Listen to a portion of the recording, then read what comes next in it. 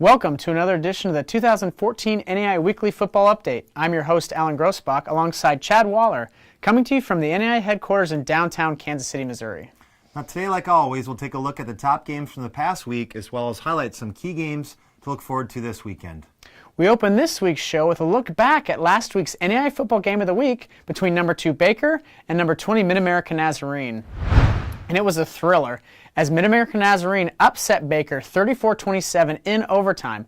This was Baker's first loss of the season, and it creates a three-way tie atop of the Heart of America Athletic Conference standings between the Pioneers, Baker, and Missouri Valley. Now this win is also the 14th in the last 15 meetings for MidAmerica Nazarene.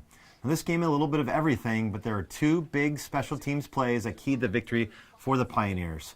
The first one was a fake punt on a 4th and 12 for MidAmerica Nazarene early in the third quarter.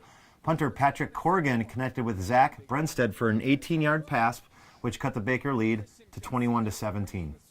The second big play was a fourth quarter block field goal by Markeith Cooper, and that was returned 69 yards by Deron Williams, and this play set up the game-tying score for the Pioneers. Overall, quarterback Trent Headland led the Pioneer offense with a season-high 370 yards passing and 2 touchdowns. The Moreno Valley, California native entered the game completing only about 50% of his passes, but last Saturday he found the mark, completing 68.4% of his throws. Now for Baker, they were led by freshman quarterback Logan Bertel, who entered the contest as a team leader in passing with 127 yards and rushing with 125. He also scored 2 rushing touchdowns for Baker. Great performance by that freshman quarterback. The next game we'll feature is a key matchup out of the Mid-States Football Association as number 9 St. Xavier edged number 11 William Penn 48-46. Similarly to the Baker MidAmerica Nazarene game, this contest came down to special teams. The Statesmen had an opportunity to take the lead with 14 seconds remaining. However, the 38-yard field goal sailed wide right. And some serious offense was on display in Oskaloosa as the two teams combined for 1,195 yards, including a season-best 631 yards by William Penn. Now the Statesmen, who feature the NAIA's top rushing attack, had 3 individuals run for more than 95 yards in the game, led by running back Michael Thomas's 112 yards on 15 carries. Now quarterback Tyler Hafner, he also had a strong performance, completing 11 of 15 passes for 200 yards and 4 scores. St. Xavier quarterback John Rode paved the way for the Cougars with 417 yards passing and 3 touchdowns. He had 4 different receivers record at least 4 catches and 84 yards, including a 10-reception, 175-yard effort by Steven Sims. You knew this game was going to have fireworks early on, as wide receiver Randall Wells returned the opening kickoff 100 yards for a touchdown. Wow. Now in the final game we'll recap this week is an upset out of the Kansas Collegiate Athletic Conference as McPherson down number 18 Tabor 15-14. The Bulldogs scored 12 points in the game's final 6 minutes to earn the upset win over the Blue Jays. Now the defense for McPherson also played a key role, forcing 4 Tabor turnovers, including a pair of interceptions by Ashton Serpis. The sophomore defensive back also blocked a pair of field goal attempts in the contest, so he was quite an integral part of that win for McPherson. You know, Chad, it's a tough loss for Tabor. The Blue Jays now sit 2 games behind conference leaders Friends and Ottawa with only 3 games left to play. Shifting gears into this week's NAIA Football Coaches Top 25 poll, Morningside continues to lock down the number 1 position. The Mustangs are the only unbeaten team remaining in NAIA football at 7-0 following a 63-0 victory at Briarcliff last Saturday. With the number 1 ranking, Morningside has now been the top team in 15 of the last 21 polls and has made 33 straight top 5 appearances. Rounding out the top 5 are number 2 Carroll, number 3 Grandview, number 4 Faulkner, while Southern Oregon and Georgetown are both tied at number 5. Now MidAmerica Nazarene, whose win we featured earlier against Baker, they enjoyed the largest positive movement in this week's poll. Pioneers jumped 6 spots from number 20 to number 14. Number 23 Eastern Oregon and number 25 Langston are the 2 newcomers this week. The Mountaineers returned to the poll after a 1-week hiatus, while Langston is making its first appearance since ranking number 23 on September 15th. Now let's turn our attention to the upcoming week where we had 2 contests up for the NAIA Football Game of the Week fan vote.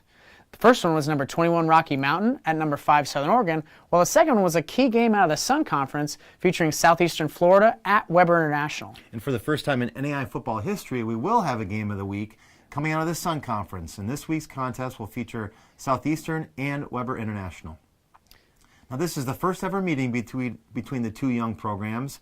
Weber International first established football in 2002 while Southeastern is in its first year of football competition. Southeastern, Weber International, and Warner all enter the week tied atop the Sun Conference standings with 3-1 records, so serious title implications on the line Saturday. Especially, even a bigger point, is because Southeastern has already beaten Warner once this year, so they hold a tiebreaker against that club. Let's start by taking a look at Southeastern. The Fire showcase a dynamic offense that ranks among the top 10 nationally in scoring offense, rushing offense, and total offense per game. These numbers are due in large part to the two-headed monster of running back Jarrell Reynolds and quarterback Jonathan Pierce. And you know, Reynolds, he leads the NAIA in scoring, and get this, with 144 points, 23 rushing, and 1 receiving touchdown in 7 games. Wow. And he also ranks second in the NAIA in rushing yards per game at over 171, and third in total rushing at 1,198 yards. The Quincy, Florida native owns the NAIA's best single-game rushing performance of the season with 385 yards against Edward Waters on October 4th. And now Pierce, he's thrown for 1,315 yards and 9 touchdowns this season. Looking at Weber International, they've won 5 straight since starting the season 0-3, so a great turnaround for that program. The Warriors own a top 10 scoring defense, allowing opponents only an average of 17.8 points per game.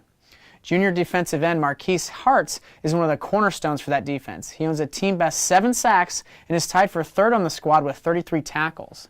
Offensively, Weber International features a tough ground attack that ranks 13th in total rushing and rushing offense per game. Tailback Darius Page is one of the keys for the Weber International offense. He leads the team with 730 rushing yards and 6 touchdowns this season. And more importantly, he's really been hot of late. He's run for more than 100 yards in 2 of his last 3 games. You know, something to remember is that this is the final weekend of conference play for the Sun Conference, so it should be a battle on Saturday as both teams are going for the title in the Sun Conference. Now, one thing I want to mention, Alan, that is some really exciting news about the NAIA Football National Championship hosted by our friends in Daytona Beach, Florida. The game will be televised live on ESPNU on December 19th at 3 p.m. Eastern. So great piece of news as we continue to expand our partnership with ESPNU. Yeah, it's going to be fun to have that additional exposure for our kids. It does shift the date of the game 1 day prior to what the original schedule was, but we're really excited to have that opportunity. You know, kind of shifting gears back to the Southeastern Weber game, that game was picked by a Facebook fan vote, and we're always interested in hearing from the fans of NAIA football, and we ask you to get involved with the voting of the NAIA football game of the week. Next week, we'll post our top games of the week to Facebook. This typically happens Monday evening, no later than 5 p.m. Central Time. So be sure to pick your favorite game by 9 a.m. on Tuesday, and we'll have it highlighted in the show. Well, Chad, that concludes this week's episode. I'm Alan Grossbach. And I'm Chad Waller. We'll see you next week.